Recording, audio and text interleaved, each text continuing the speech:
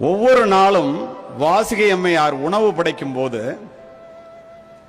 இலைய போட்ட உடனே திருவள்ளுவர் என்ன பண்ணுவாரு, ஒரு கொட்டாங்குச்சியில தண்ணியையும் ஒரு ஊசியையும் வச்சுட்டு உட்காருவார். இதை எதுக்குன்னு வாசுகி கேட்டதே இல்லை 50 வருடங்களாக.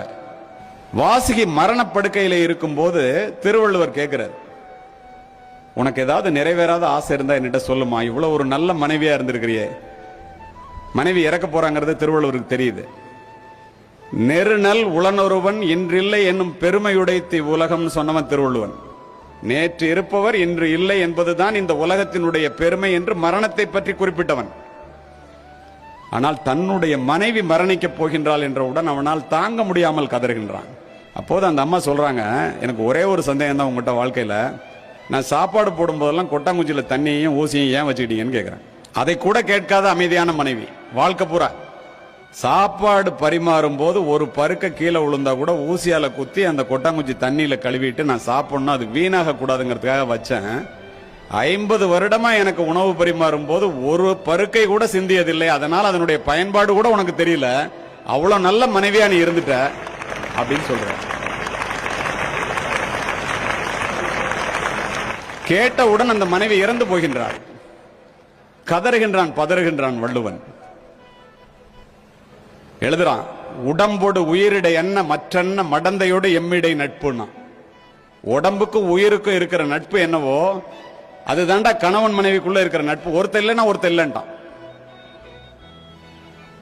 எல்லோருக்கும் 2 அடியிலே உலகத்திற்கே உலக பொதுமுறையை வகுத்து கொடுத்த வள்ளுவன் தன்னுடைய மனைவியினுடைய இறப்பை 2 அடிக்குள் அடக்க முடியவில்லை நண்பர்களே. 4 அடி எழுதுறான் அதுக்கு மட்டும். மனைவியினுடைய பெருமை அத்தகையது. என்ன எழுதுனா தெரியுமா?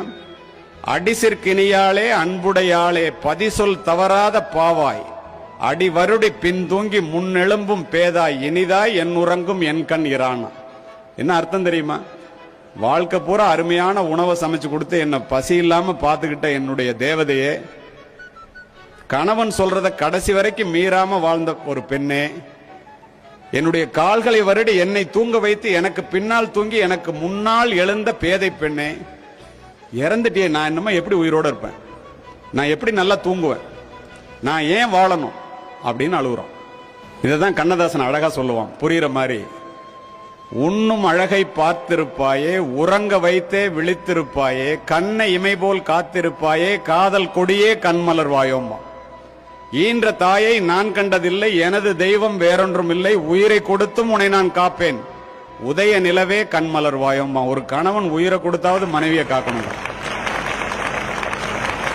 அத்துணை பேரும் ஒன்றாக இருக்கின்ற இந்த இடம் என்பதனால் இதனையெல்லாம் நான் பதிவு செய்கின்றேன். தலைவன் தலைவி காலத்திலிருந்து இன்றைய வரைக்கும் கணவன் மனைவி உறவு அப்படிங்கிறத அருமையா ஒரு பாட்டு உண்டு குறுந்தொகையிலே. யாயும் ஞாயும் யாராகியரோ எந்தையும் நுந்தையும் எம்முறை கேளிர், ஞானும் நீயும் எவ்வளி அரிதும் செம்புல பெயர் நீர் போல அன்புடை நெஞ்சம் தாம் கலந்தனவே. 1000 வருஷத்துக்கு முன்னாடி சொல்லியிருக்கான். உங்க அம்மாவும் எங்க அம்மாவும் சொந்தக்காரங்க இல்ல, உங்க அப்பாவையும் எங்க அப்பாவைக்கும் சில குடும்பத்தில் கல்யாணம் ஆகிறதுக்கு முன்னாடி தெரியவே தெரியாது. நீனும் நானும் ஏற்கனவே பார்த்துக்கிட்டவங்க இல்ல. ஒரே ராத்திரியில ஒரே நேரத்தில் உன்னை கொண்டு வந்து என்னிட்ட மனைவியாவும் என்னை கொண்டு வந்து உன்ட்ட கணவனாவும் ஒப்படைச்சிட்டாங்க.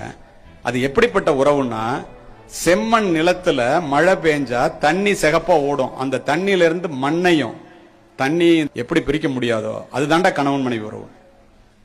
அடி தாங்கும் அளவு இன்றி அனல் அன்ன வெம்மையால் கடியவே கணங்குழாய் ஆங்கோர் காட்டுள் துடி அடி கலக்கிய சின்னீரை பிடி ஊட்டி பின் உண்ணும் களிரும்பான் களித்தொகையில. கோடை வெயில்ல ஒரு காட்டுக்குள்ள ஒரு ஆண் யானையும் பெண் யானையும் ஓடிக்கிட்டே இருக்கு. கொஞ்சம் தண்ணி இருந்தாதான் உயிர் வாழ முடியும், இல்லைன்னா செத்து போவோம். ஒரு குட்டையில கொஞ்சோண்டு தண்ணி இருக்கு. ஆண் யானையும் பெண் யானையும் உள்ள துதிக்க வைக்குது. தண்ணி குறையவே இல்லை. ஆண் யானை குடிக்கட்டும்னு பெண் யானையும், பெண் யானை குடிக்கட்டும்னு ஆண் யானையும் நிக்குது. 2 பேரும் ஒருத்தர் மேல வச்சிருக்கிற ஒருத்தர் அன்பை பார்த்து கண்ணில் தண்ணி கூட்டுது. அதற்கு பிறகு கூட பெண் யானைக்கு ஊட்டி விட்டுத்தான் ஆண் யானை தண்ணீரை குடித்தது. பிடி ஊட்டி பின் உண்ணும் களிறு. பிடி என்றால் பெண் யானை, களிர் என்றால் ஆண் யானை. எவ்வளவு அழகா சொல்லியிருக்கான் பாருங்களேன். இப்ப எல்லாரும் இவ்வளவு நல்லா உட்கார்ந்து இருக்கிறீங்களே, இப்படி பிள்ளைகளை பெற்று இப்படி வளர்க்குறீங்களே, அதுக்கெல்லாம் அப்பா காசு சம்பாதிக்கிறதுனால அப்பா மட்டும்தான் காரணம்னு நம்ம நினைச்சிட்டு இருப்போம். நான் இல்லைன்னா அந்த குடும்பம் என்ன ஆகும்னு நினைப்போம். தவறு. பக்கத்தில் உட்கார்ந்து இருக்கிறவங்க இல்லைன்னா தான் அந்த குடும்பம் என்ன ஆகும்னு நீங்க நினைக்கணும். ஏன் தெரியுமா? உங்களுக்கு எல்லாம் என்ன பெருமை தெரியுமா? எதுல நீங்க நிக்கிறீங்க தெரியுமா?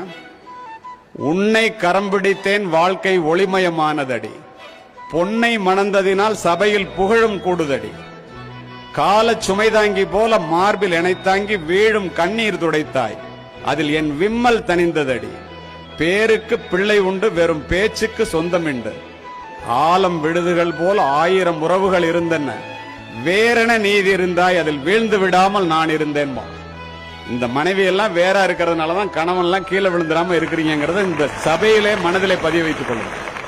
இது யாராவது மறுக்க முடியுமா? கண்ணதாசன் போய் கேட்டான், கணவன் மனைவி உறவு என்னடான்னு.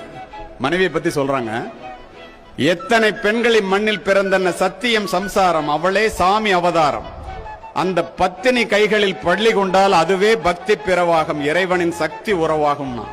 ஏன் சொன்னான் தெரியுமா? இன்று தேடி வரும் நாளை ஓடிவிடும் செல்வம் சிரித்தபடி அமுதிடுமா, எந்த செல்வமும் மனைவியின் சுகம் தருமான். அப்ப மனைவியினுடைய அருமை என்னங்கிறத கணவன்லாம் முழுசா தெரிஞ்சிருக்கணுமா இல்லையா? நீதி நெறி வெண்பால 1000 வருஷத்துக்கு முன்னாடி மனைவியினுடைய அருமை என்னன்னு சொல்றான். மாதா மரிக்கின் மகள் நாவின் நற்சுவை போம், தாதா எனில் கல்வி தானகலும், ஓதி உடன் வந்தோர் இறப்பின் வாகு வலி போம், மனையாள் அந்தோ இவை யாவும் போம். என்ன அர்த்தம்? அம்மா இறந்து போனா பிள்ளைக்கு நல்ல சோறு கிடைக்காதான், வாய்க்கு ருசியா. அப்பா இறந்து போனா படிக்கிறீங்களா இந்த பள்ளிக்கூடத்துல, இந்த கல்வியை தொடர முடியாதான். கூட வந்தவன் பிறந்தவன் இறந்து போனாக்க தோல் வலிமை போயிடுமா. ஆனா மனைவி இறந்து போனா இது எல்லாமே போயிருண்டாங்க. நீரின் அருமை பயிரில் தெரியும், நிலத்தின் அருமை விளைச்சலில் தெரியும், படிப்பின் அருமை பதவியில் தெரியும், பணத்தின் அருமை வறுமையில் தெரியும், தாயின் அருமை அன்பில் தெரியும், தந்தையின் அருமை அறிவில் தெரியும், மகனின் அருமை நேசத்தில் தெரியும், மகளின் அருமை பாசத்தில் புரியும், மனைவியின் அருமை இவை அனைத்திலும் தெரியும். ஆனால் அது அவள் இறப்பிற்கு பின்னே பலருக்கு புரியும்.